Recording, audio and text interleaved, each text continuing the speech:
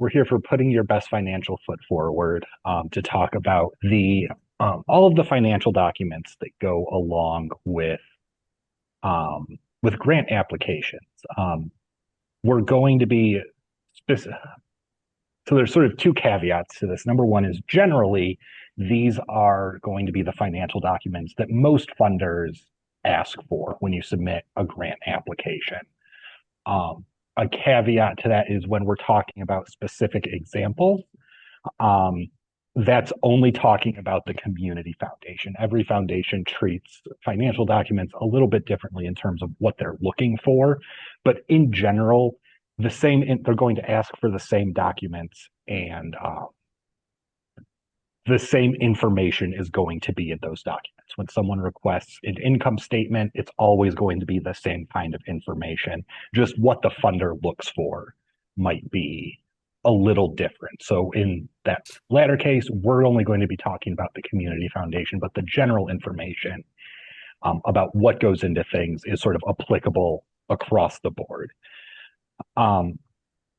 We decided to do this because this is one of the most frequently asked things that we hear from nonprofits, that these budgets and financial documents are some of the intimidating parts of a grant application. Nonprofit leaders are really good at telling their story, but not many, I'll say, start a nonprofit because they like making budgets and income statements. They do it because they like the work. So part of our goal for today is on your end, to give you an increased understanding of the financial numbers that your organization has, and through that, a better understanding of the documents that most grant applications require. And then through that, having, more confidence in the grant applications that you are submitting to funders, whether that's to us, to the Youngstown Foundation, to the Wien Foundation, or anyone else. For us, for the Community Foundation, what we want to gain is a better understanding of the financials of the nonprofits that we support. Not in we want to make sure you're spending every little penny the way we want, but in a way to understand the financial stability of an organization. And that's almost always comes through our grant review when we're looking at those documents.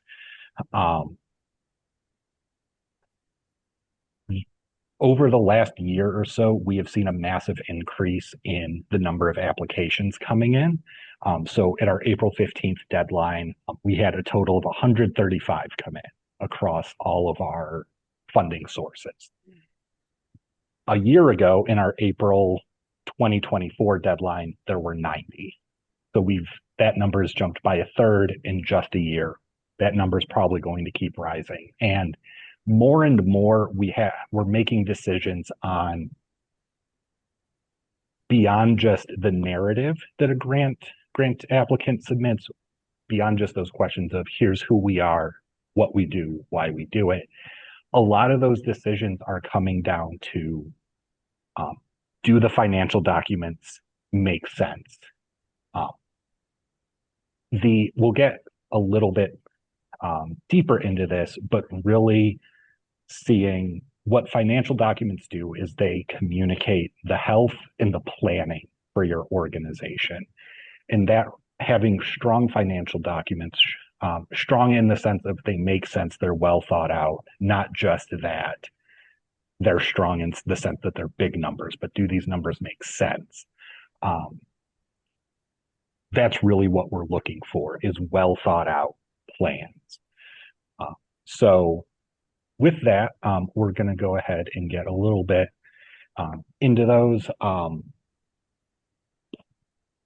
Just a couple of housekeeping things. We'll at the end of each section, we'll stop for questions. If you just want to get something out while you're thinking of it, feel free to drop it in the chat.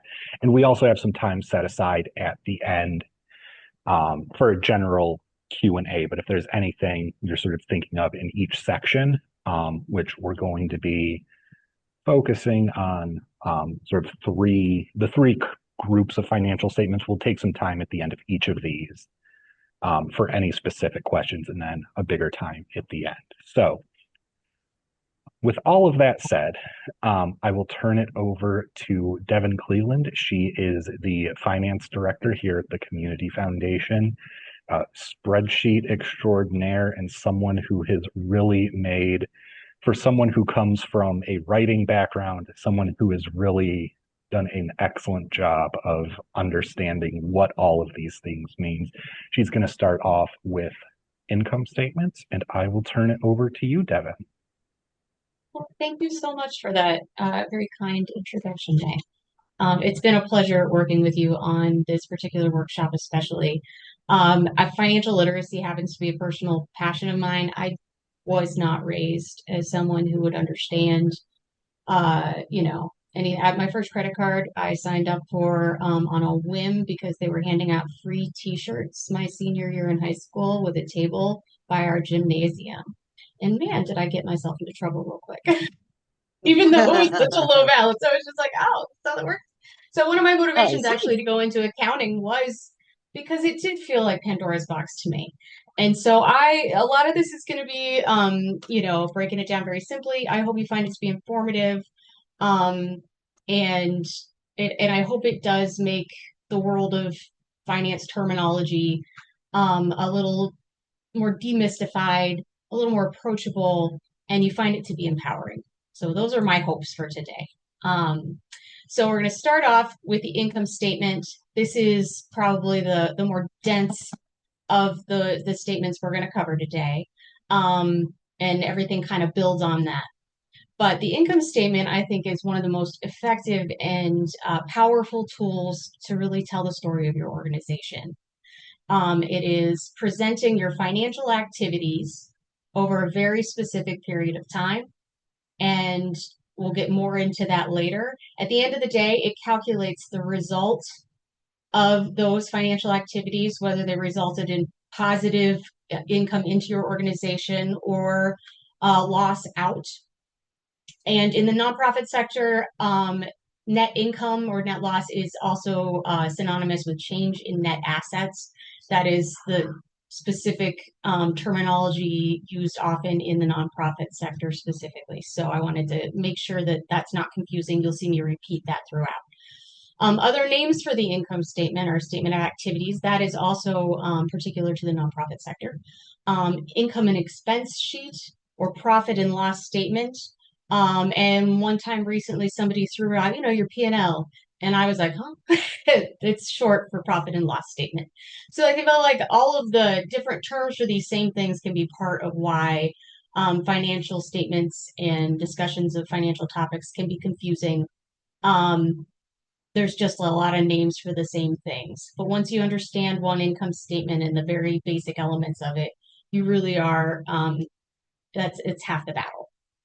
All right, so those key elements are the very top at the header. The first thing that you should do is tell us who you are, tell us your organization so we know whose numbers we're looking at, and then specify that time period. And also you should announce to the world, hello, this is an income statement. So those are the standard things to include in your header. And then the first section at the top under the header is revenues. That is monies coming into your organization. The next stop is expenses, activities that are payments out of your organization. And then finally, at the bottom line, you take your revenue and you subtract your expenses.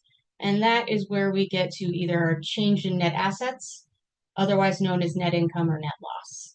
This is an imaginary theater nonprofit, an example to show you a very simplified version of what an income statement for this nonprofit might look like. And you will all have access to these slides so we can kind of just pause for just a moment here to give you a little look at that, and then we're going to get into a little more detail. Any questions? And Go ahead. I will note that a lot of the terminology between these things, between an income statement, a budget, and a balance sheet, once you have one of those figured out, you can You've already figure got it out down. all of them. Yep. Um, Exactly. Very good point. and I might be jumping ahead a little bit, but income statement is the actual thing that happened, correct, Devon? That those are Yes. actual financials. Yes. We're an income statement as opposed to the budget, which May is going to cover, is you're reporting historic information, things that have already happened. You really can't make an income statement unless the transactions have already occurred. All right. Is there a difference in terminology between nonprofits and banking? Because our board chair is a banker and she often asks for different statements, and then our treasurer has to tell her, no, these are the correct statements for a nonprofit. Um, so you'll see I have written statements of activities at the top of our example here because this is a nonprofit. So that Okay. could be an example of that. We're not covering the cash flow statement, which is another common financial statement for, especially in the corporate world. Okay. Um, that's just something we didn't necessarily, we don't ask for in our grant applications. And it's just kind of above the scope of this. So they might also be talking about cash flow statements. So yeah, it could be a difference in terminology. Definitely the corporate for-profit world Hmm. has a lot more focus on that bottom line.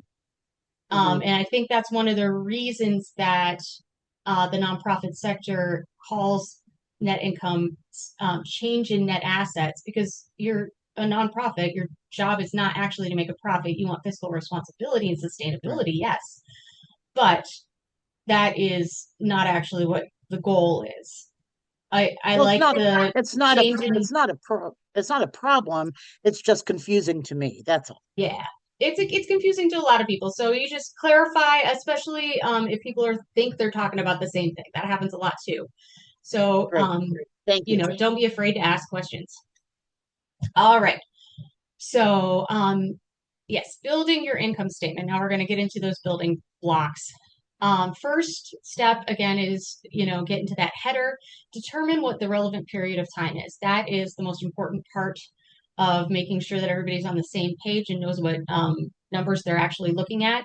If you're doing this for a grant application, those applications are generally going to request a specific time period. I know that ours does. So make sure you understand what that is and what they're asking for. If they ask for year to date, that's a common terminology. For example, that most likely means from January 1st to whatever month end is as close as possible. So if you're turning in your grant application on April 15th, then April isn't done yet. I would turn in an income statement from January 1st to March 31st. So it would cover 3 months. But pay attention to that wording and don't be afraid to ask in advance if it's unclear.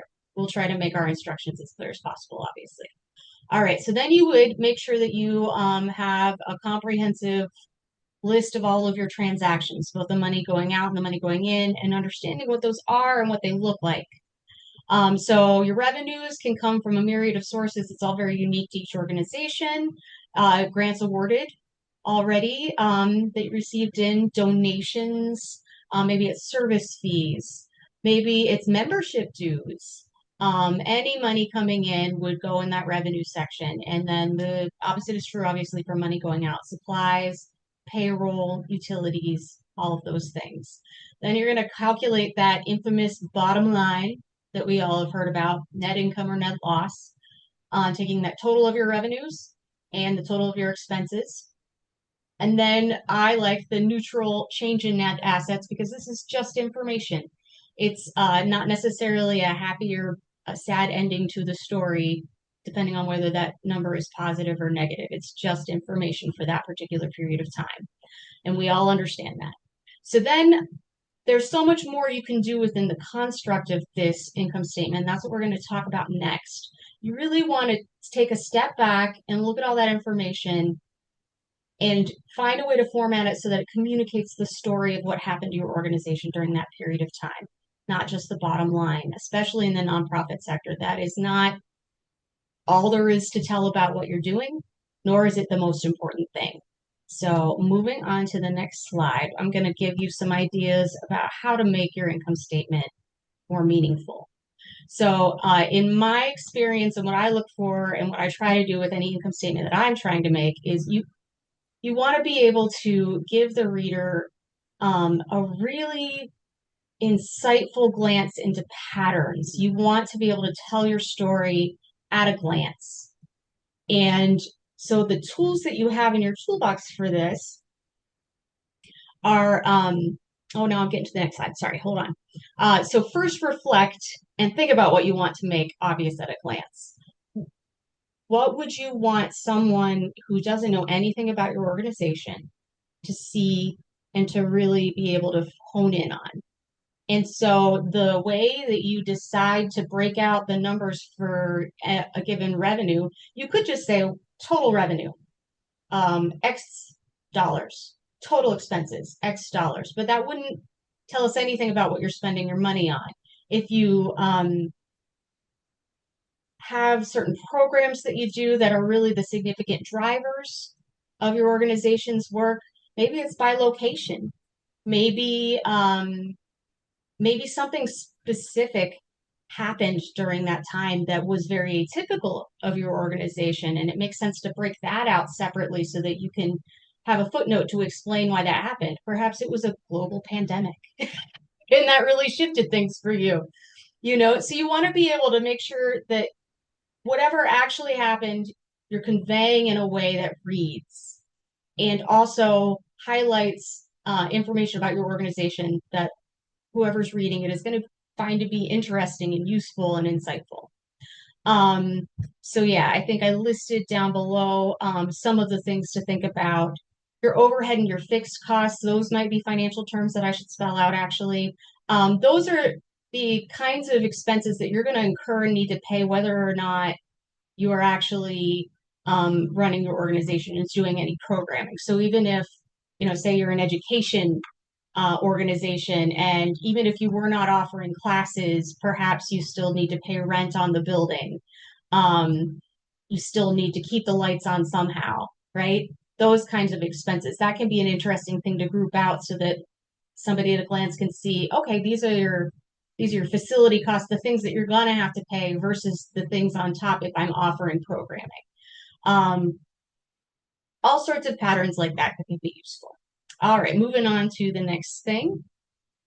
Um, so the tools in your toolbox for telling this story with your income statement are first meaningful structure. Organize the things, if you've got related categories, say in your revenues and expenses, consider listing them in the same order so that somebody can be like, oh, I see there's theater ticket revenues listed first in revenues, theater production expenses are listed first in expenses. Little things like that. Don't be afraid of visual space.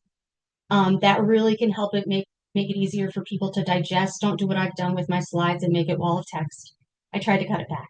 But so just a visually clean and organized document will from the get make it so much easier for someone to derive meaning from your income statement. A meaningful level of detail. This is probably the biggest thing.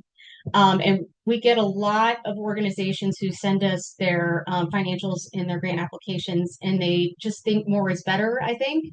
I think they think they're showing that they didn't just make up numbers.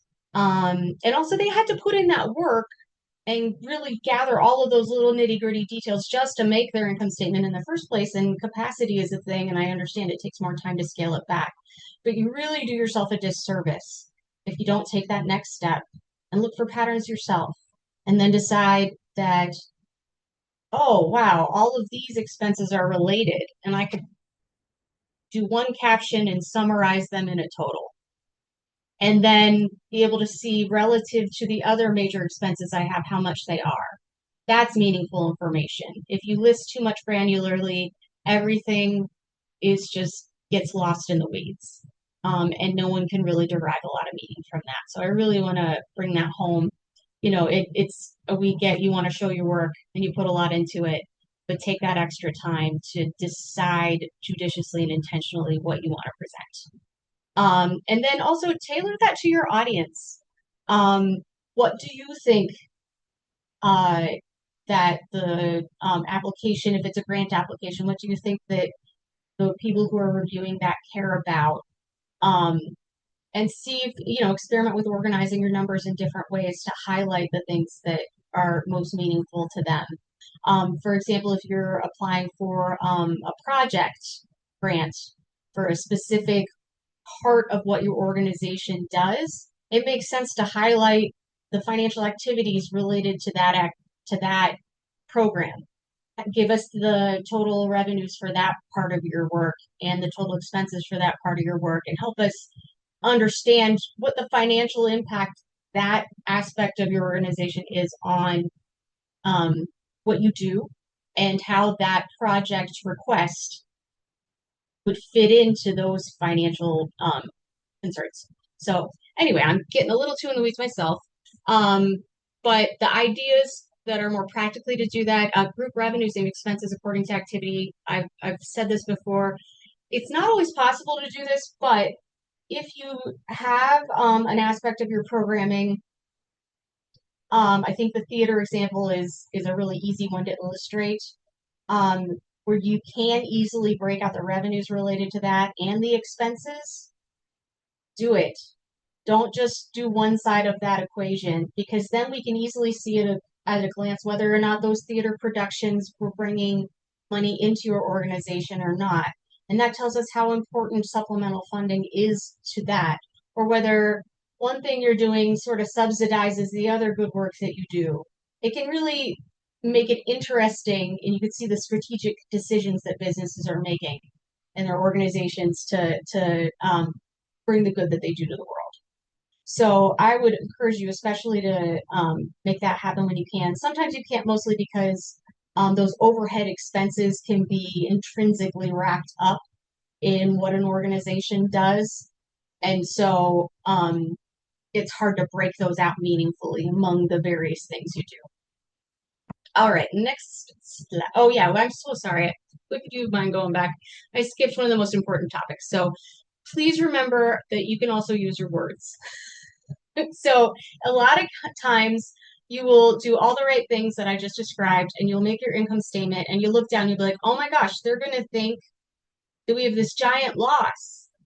But I really just received the money for this year's funding in December. And that's why it's a loss. But that didn't happen in January, and so I don't have that in my revenue above. That is a classic example of where you want to put a little footnote, add it down, and this is the example I provided below. Also, if something's going on that's not typical of your operations and you want to call that out so that whoever is looking in this doesn't think that, this is business as normal for you, say, we had a flood in the basement and this expense is a one-time thing that we don't expect. Otherwise, we would have been blah, blah, blah. Fortunately, we had the resources for it. I don't know. You can decide the right level of detail and when it makes sense to do that for your organization. But please use that as a tool. It'll help us understand you more. It anticipates questions and saves time in grant review. And it helps us avoid that situation where we are looking at your income statement and we're saying, well, it doesn't really make sense to me. If you see anything like that or anything that you think would lead the reader to conclude some sort of false assumption, use your words, because sometimes it's just not possible to depict what's actually going on with numbers alone. All right. Now we go to the next slide. Okay, so the other takeaway I want to say is obviously our focus here is going to naturally be to cater to the needs of grant applicants and our financial requests. But I really want to empower you to think about how to use these financial documents for your internal use. They're very powerful. So this imaginary community theater, I confess, is actually somewhat modeled after my mother's community theater stage Little Players in Lisbon, Ohio. And these aren't her actual numbers, don't worry. But the activities are very real. And when she and I, for the first time, broke out their financials, she felt so empowered. And this monthly spread was actually the thing that really got her too. If you look at that change in net assets, that bottom line by month, it's not until July that they are cash positive. Their biggest money maker is the kids camp in the summer. And they do that every year for a very good reason. It ends up subsidizing all of the other productions that they do. And it's also just a wonderful project that a wonderful thing and it touches kids' lives. But it also is a major source of revenue for them. So that, and I believe there's like a fundraiser in November, maybe, that usually causes that jump in revenue. So they really have to anticipate their cash needs like that in order to make sure that they are covering, um, the expenses they need to keep the lights on in that theater. So make sure that you are organizing things in a way that's going to help you make decisions.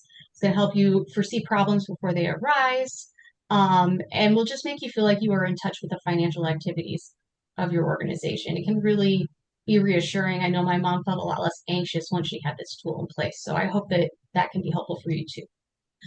All right, moving on. Um, I am now going to be handing it off to discuss budgets to May. And now I'm looking at my notes for the first time because I feel like there was something I wanted to say. Oh yeah, I wanted to impress upon you that this is going to look very familiar. We just reviewed income statements. Your budget is really a subtype of income statement. The major difference is that it's forward-looking instead of looking at historical data, as we were uh, talking about earlier. And if nobody else wants to chime in, I will hand it off to May. Lady, thank you. Yeah, so as Devon mentioned, what you're going to see in budgets is going to be very familiar because it follows the exact same format, kind of the same information as an income statement, but instead of saying, here is what happened in this specific time period. So say, here's our income statement from January 1st, 2025 to May 31st, 2025. Budgets look forward. Usually a year. So you'll hear an annual budget that it would be the budget, that projection for what your organization, how it's going to spend its money in a calendar year.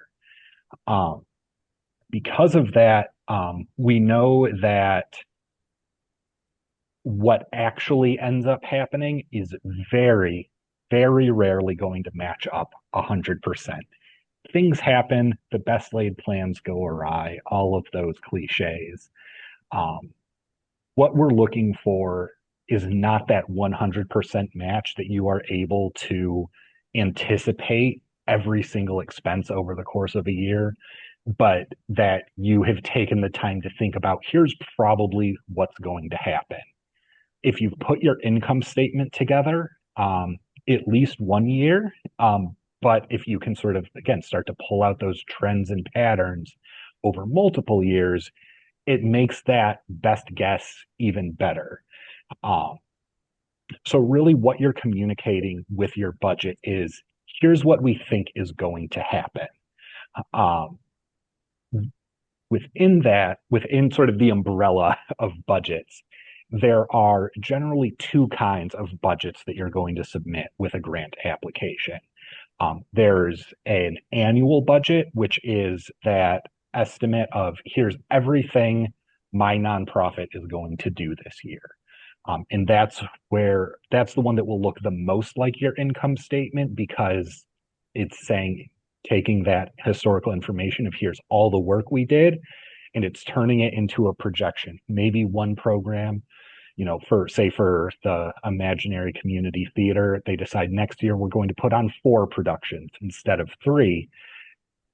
That's just going to reflect in the budget of, how much will that one extra production cost? How much extra revenue will it bring in? But it's largely going to match up with your income statement.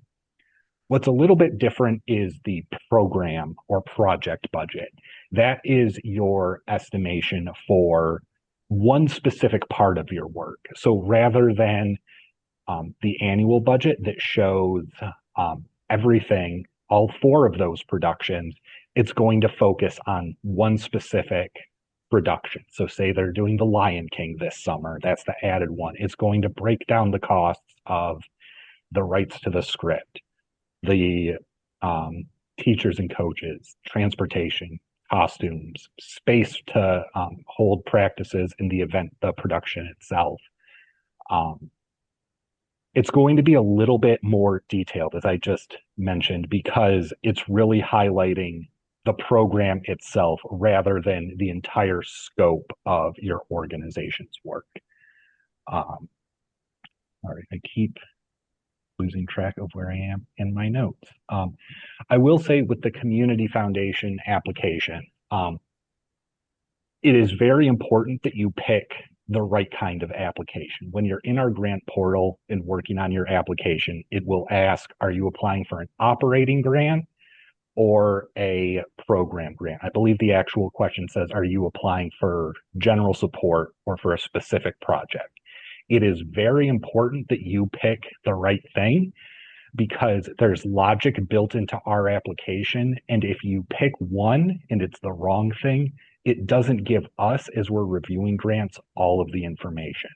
A lot of times what we see, the most common way this happens is an organization will select operating support or general activity when really they're requesting for a specific project. They're rather than they're requesting for, say, that one play production.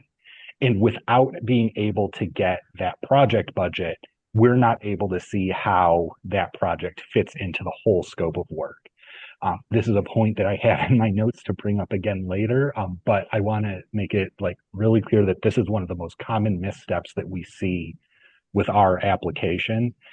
And there have been times, again, as we're seeing more and more applications come in, where that sort of thing can make or break an application.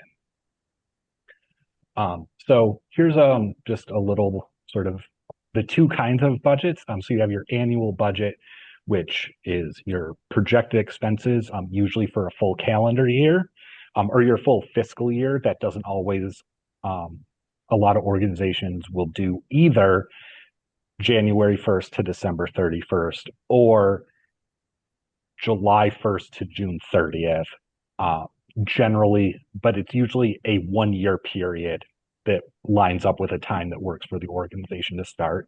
And that includes all of your projected revenue. So, as Devon mentioned earlier, for the income statement, your donations, your grants, your fees, anything that your organization is bringing in, as well as any projected expenses. If you've put your income statement together, you'll know about how much it takes to put that play on.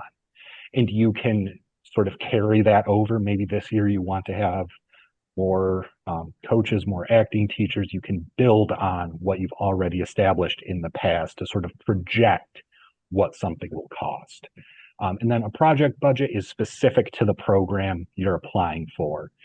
And that, like I said, is going to focus only on that one area of work that you're doing. And then the total number from that project budget will fit into your annual budget. So in all of those line items where it says theater productions, summer camp, all of those things, the total number from that project budget will match up with what's listed in your annual budget. We don't need the same kind of breakdown within the project budget into the annual budget, but just as long as that sort of top level total income, total expenses there and matches up, you're good to go. Again, make sure you're picking the right option in our grant application. So this is actually what is in our application, specific activity or project in general support. Again, this is going to make sure we're getting the right financial documents for you. We do try as best we can to, if we see someone request general support and it's really a project, we do try to be proactive, but with 135 applications, every once in a while, it takes a while before we see that. And then we're right on deadline and we have a couple of days to get that information from you before the board wants to know. So with one of our goals today being you're submitting stronger applications, keep an eye out on this question and make sure you're choosing the right option. To build a budget, you're going to do just about everything Devon told you already. It's always easier to build on that real foundation. That's why we started by talking about income statements. Once you've put together, here is the money my organization, my nonprofit has actually spent, then you can start making projections. Um, Again, if you know last year we spent this much money on this many theater productions, you know probably about how much money you're going to spend in the coming year. And the same thing on the income side. The Community Foundation, we award annual grants. You can get generally one grant from us every year. If you apply in the first quarter every year, you can apply to us again. And more often than not, we'll have that recurring funding available. So by having that picture of here's what actually came in, it makes that foundation for your budgets a lot easier. When you're putting that budget together, you want to be thinking about everything your organization wants to do. Does it want to sort of hold the course, keep doing what it's doing? Does it want to add programming? Does it maybe want to scale back some of that programming? Maybe, you overestimated how popular one of your programs would be, and it turns out that you need to pivot and adjust. That's fine. Just really sit down and think about what your organization wants to do. There's a saying that administrative work is care and action. And this, I think, is a place where that really comes to fruition.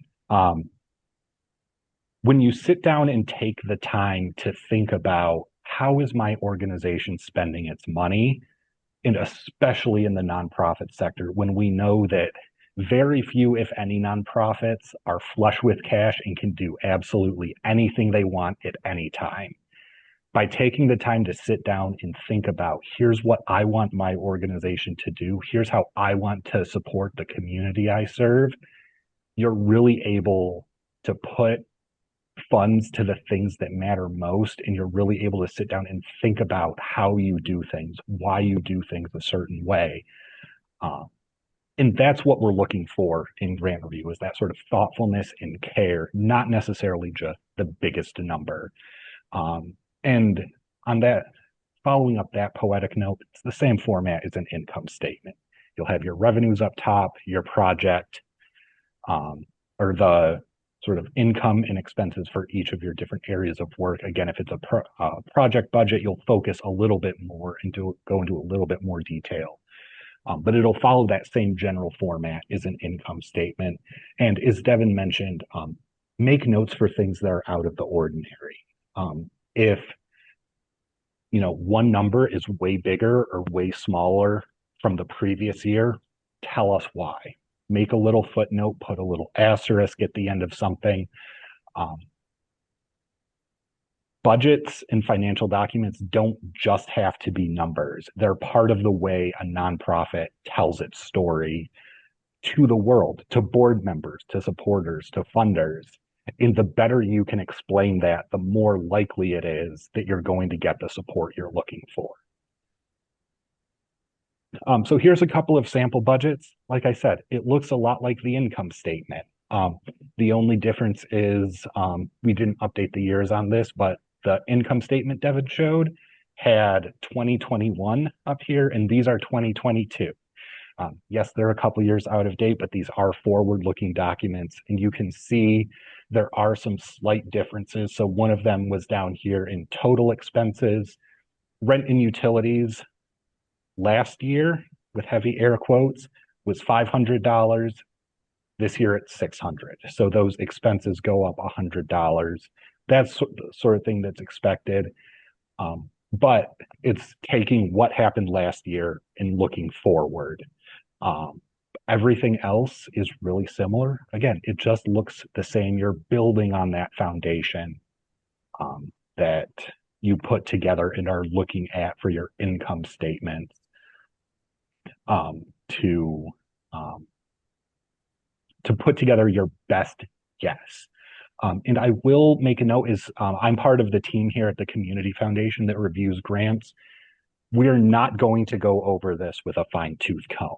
We The team that reviews grants, we are not accountants. We are community engagement people. We are English majors. We do not worry about, well, I really think that Imaginary Theater Company should be spending $3,500 on its summer theater camp tuition, or sorry, having income of $5,000 through its summer camp, and it should only be spending $4,500 on its scripts.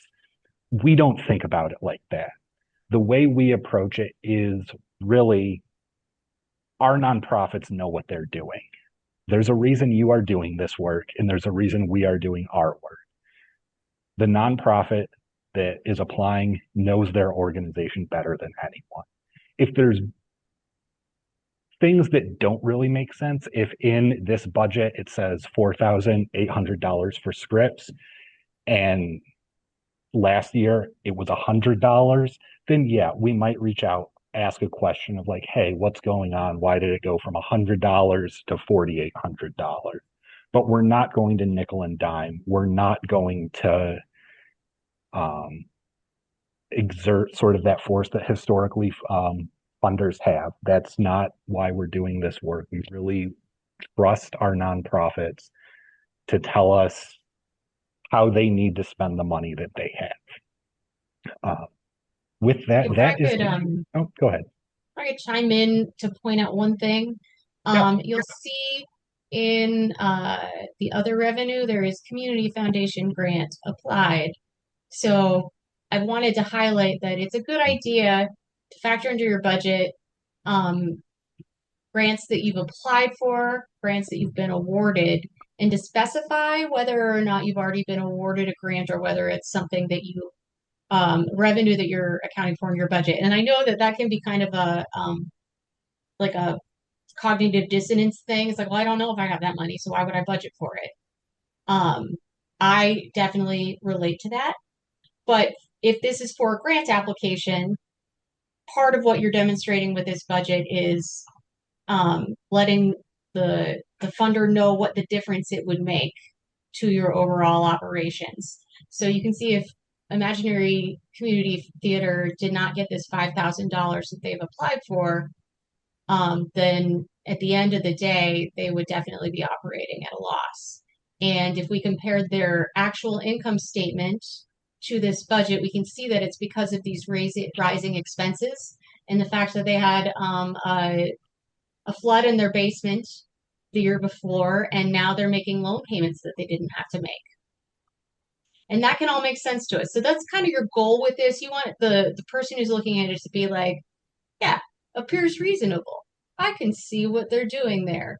And there can be reasons why it wouldn't read that way. And that's again when you want to insert some footnotes to explain that, yeah, we see this disconnect here. We want you to know that this is why. Yep. So I That just could be want a to throw spot to that out use there. your words. Yes. So I would again go ahead and put in the budget the grant you're applying for, grants you've applied for at other places, so we know, you know, that you've got other sources that you're looking to help you, and then specify whether or not they've been awarded. And that gives us an idea of how much of your operations, the programming that you want to make happen, is, you know, how would this grant fit within the context of what you do? How empowering would it be for you to get that $5,000 versus not? How much would that make or break your organization? I think that's very compelling. So I would go ahead and emphasize that. So now we are on to balance sheets, which are a relatively recent addition to the Community Foundation grant application, but it is something most funders ask for.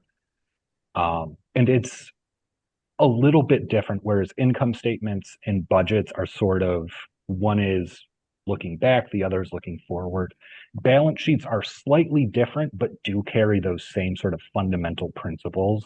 And I will let Devon get into what a balance sheet is. All right.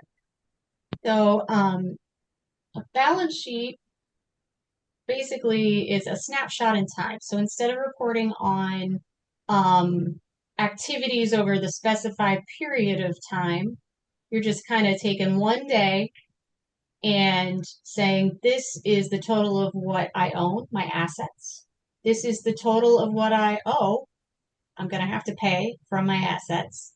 And then there's this thing called equity or net assets at the bottom that kind of balances the two out. And we're going to get more into the nature of that in a second. But that's the overview. It kind of summarizes your financial position at a specific point in time. And in fact, especially in the nonprofit sector, that is another name for the balance sheet, the statement of financial position. And I think that's a really accurate way to describe it, actually. And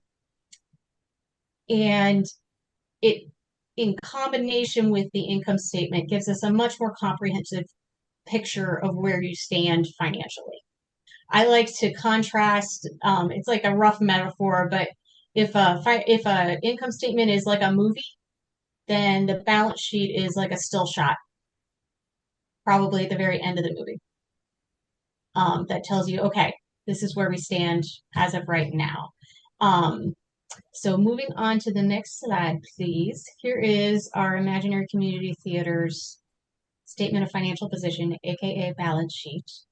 In the header, again, headers are important. It tells people where they are and who they're talking about and when. Imaginary Community Theater, Statement of Financial Position.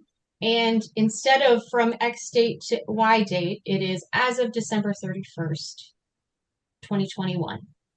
And that will coincide, if you looked back, with the end date of the income statement for that was presented for that year. And so that's an important thing that you should always kind of like the two statements are useful as long as your balance sheet is reporting the end date of your income statements, because that's when those pieces of information are going to line up and actually be useful to look together in tandem at. The first section of our key elements is assets, and I'll go more into detail in a minute. Assets, again, are the money that you have and have accumulated over time up to that very moment.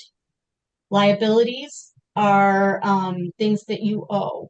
So the most common examples are debt. So say you have an outstanding balance on a credit card as of December 31st, or you have outstanding principal and interest owed on a loan, as is this case. And then net assets down at the bottom are equity.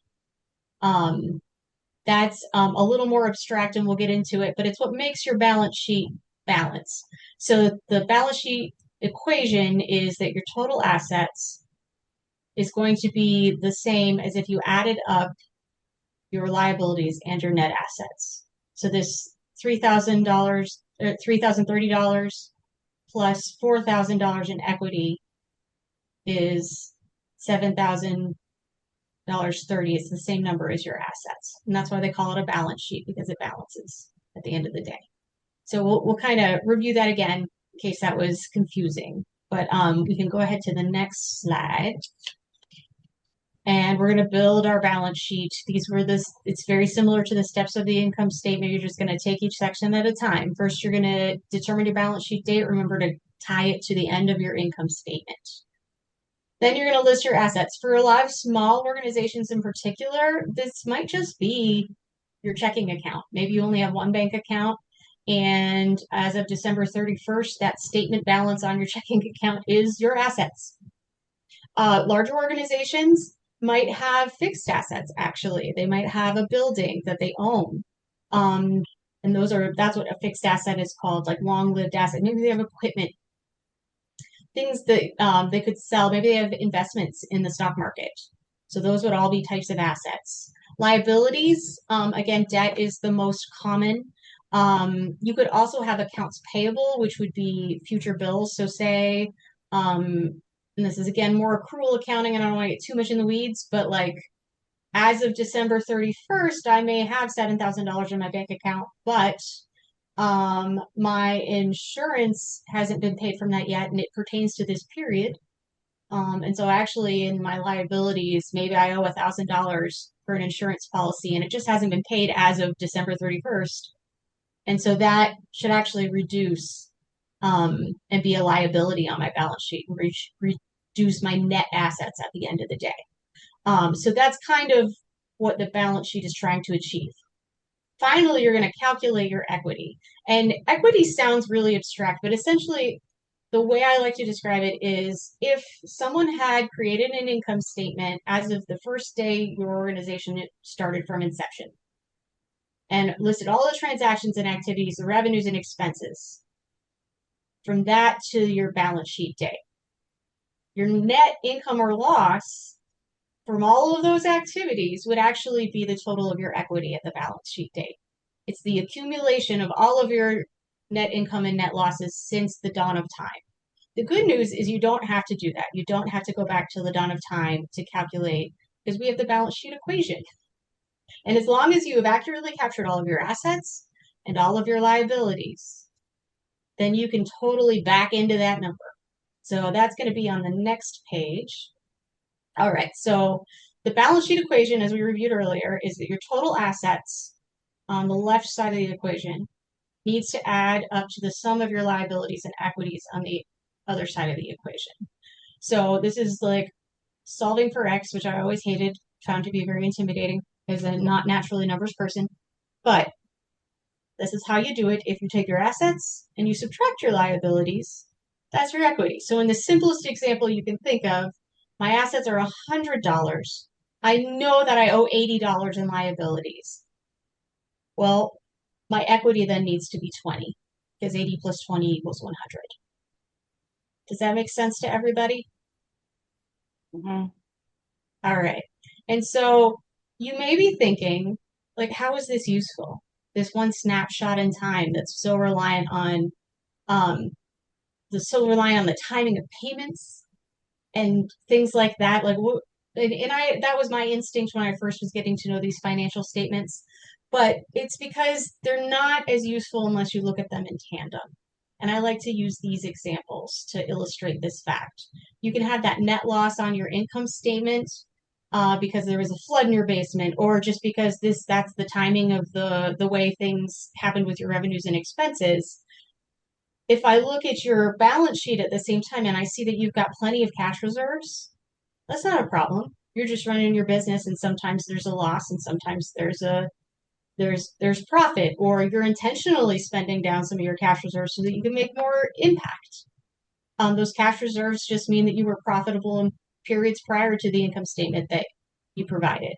And the flip side is also true. You can have a very solid looking, happy ending income statement with a lot of profit, but that doesn't actually mean that your organization is in tip top financial position. You could still be quite risky, actually, if I see on your balance sheet that you have some debts that are likely to involve high payments that you can't avoid. And I would then look in your budget to get an idea of what those payments might look like. And so that's how you kind of tie these pieces together. And once you've put together your financial statements for any sort of grant application, I do recommend that you connect those dots for yourself. Look at them critically. Tell yourself, does my project budget match the totals, the summarized totals that I put in my annual budget for my entire organization? That's a big one. Then when I look at my annual budget and compared to my historic income statement, are there items that don't look reasonable compared to history? Do I need to make a note as to why I would have changed that? Would somebody be like, "Oh wow, why did your uh, utilities jump sky high? Why are you anticipating so much more of this expense versus that?" Make sure that you've got those questions answered beforehand, and then yeah, look at your balance sheet, and that will show you in that net assets, that equity portion, especially like how have we done over the course of my organization's lifetime? Does it look like I'm making in my budget strategic business decisions that make sense given where my financial position lies according to my balance sheet? Am I operating with intention? Am I presenting the story of my organization that says I'm in touch with the details, I know what's happening, these are the decisions I'm putting forth based on this knowledge?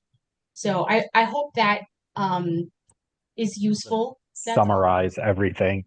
The financial documents that go into grant applications, you have your income statement, which is a real life, this happened, full year picture of how your organization spent money and received money. There's a budget, which is what organization I'm expecting, what money I'm expecting my nonprofit to receive, and what money I'm expecting to spend to carry out our mission and our work. And then you have a balance sheet, which is sort of a snapshot in time that gives just that little bit of extra context to the income statement, to show, to include a little bit more of that historical activity. It's rather than getting an income statement from everything from the past 20 years your organization has been doing. The balance sheet has that sort of in summation a little bit, and then factors in some of those things, like debts and what's owed, as well as sort of things that are on hand. How all of this works in grant review, again, I'm part of a team that sort of looks over all of these, is that we're looking for things that make sense. We want to make sure that organizations are taking the time to think about how they're spending the money that comes in, and on the flip side of that, how they plan on paying for the programs that they want to carry out. As Devon mentioned, with the budgets, you always want to include funding that you have applied for or expect to receive, so that we as reviewers can know that you have that plan. There have been instances, again, with that rising volume of applications coming in, where we have made, frankly, a difficult decision to not fund a project because we weren't able to commit the full amount that was requested, and with no other funding available that they were reporting, it wasn't clear that the programming would be able to happen if we didn't provide full funding. And because we couldn't provide full funding, we decided not to support that program, because if we weren't there, then nothing would happen anyways. So always list out other funding that you are at the very least anticipating and applying for. And again, giving your best guess as to, do we think we'll get this? Making a note of, this funder has traditionally given us this much, making those kinds of notes to explain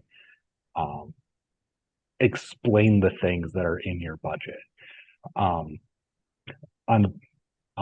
We don't nitpick in our grant reviews. As I mentioned, people looking over grants are not accountants. We just want to make sure that things generally make sense. And also, big numbers are not the most important thing, whether it's in an income statement, in a budget, or in a balance sheet. A well thought out $5,000 proposal is more appealing to us than a $50,000 proposal that is all over the place and has a very difficult through line to follow. Again, what we're looking for is, how does the plan make sense? Does the applicant, have an idea of how they're going to get their work done? And again, reiterating, make notes, use your words, to make notes for things that are out of the ordinary, so that people who aren't familiar with your organization can get just that second look, that little bit more understanding of why things are the way they are in your financial documents. Again, I said I would hammer this point home. Make sure you're picking the right kind of application in the CFMV application. For all of our funding sources, we ask if you are applying for general support or for a specific activity. Whichever one you pick is okay, but make sure you're picking the right one. If you are looking for funding for one very specific part of the work that your nonprofit does, make sure you're choosing specific activity and requesting a program grant.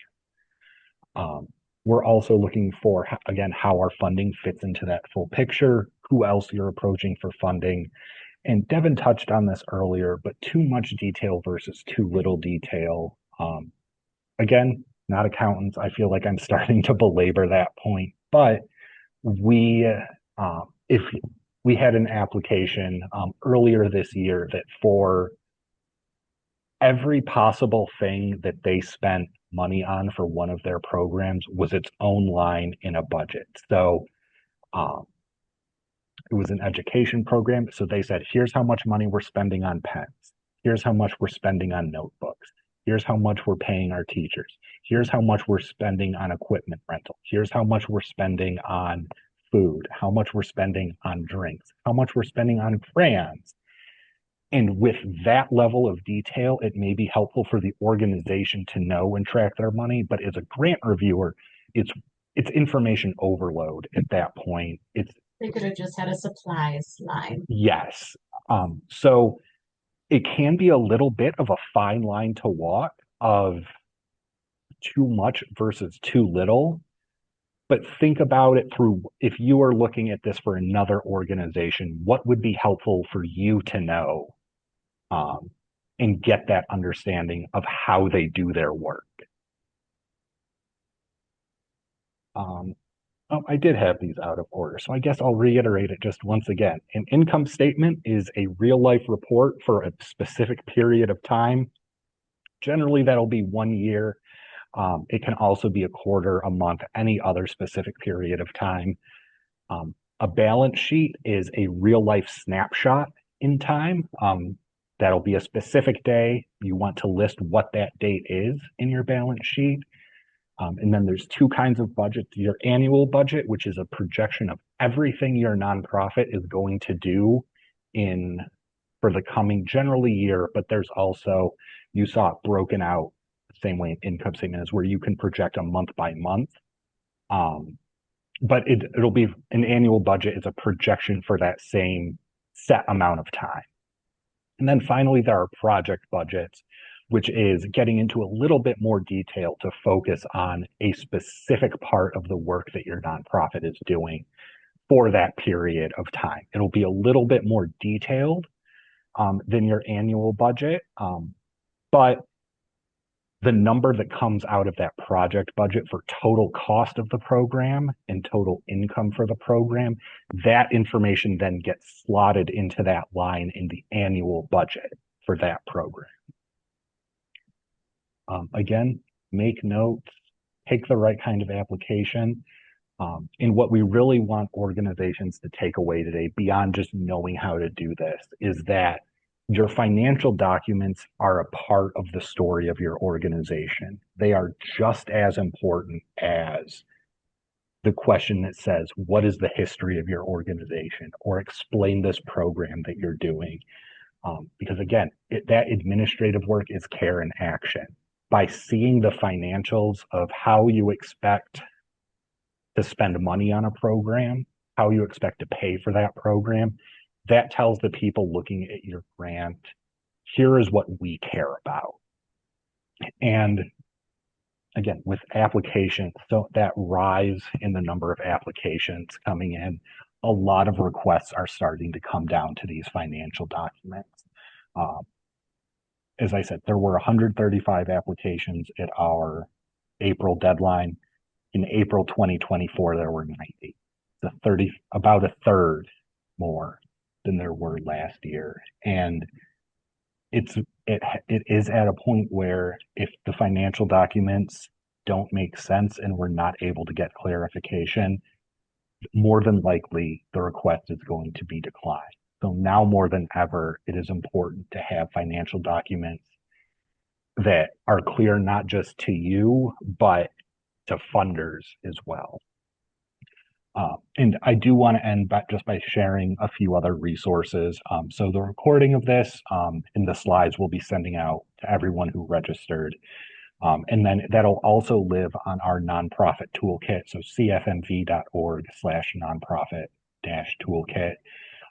That is a sort of repository of information that we're collecting, sort of putting out, as well as materials from our own workshops.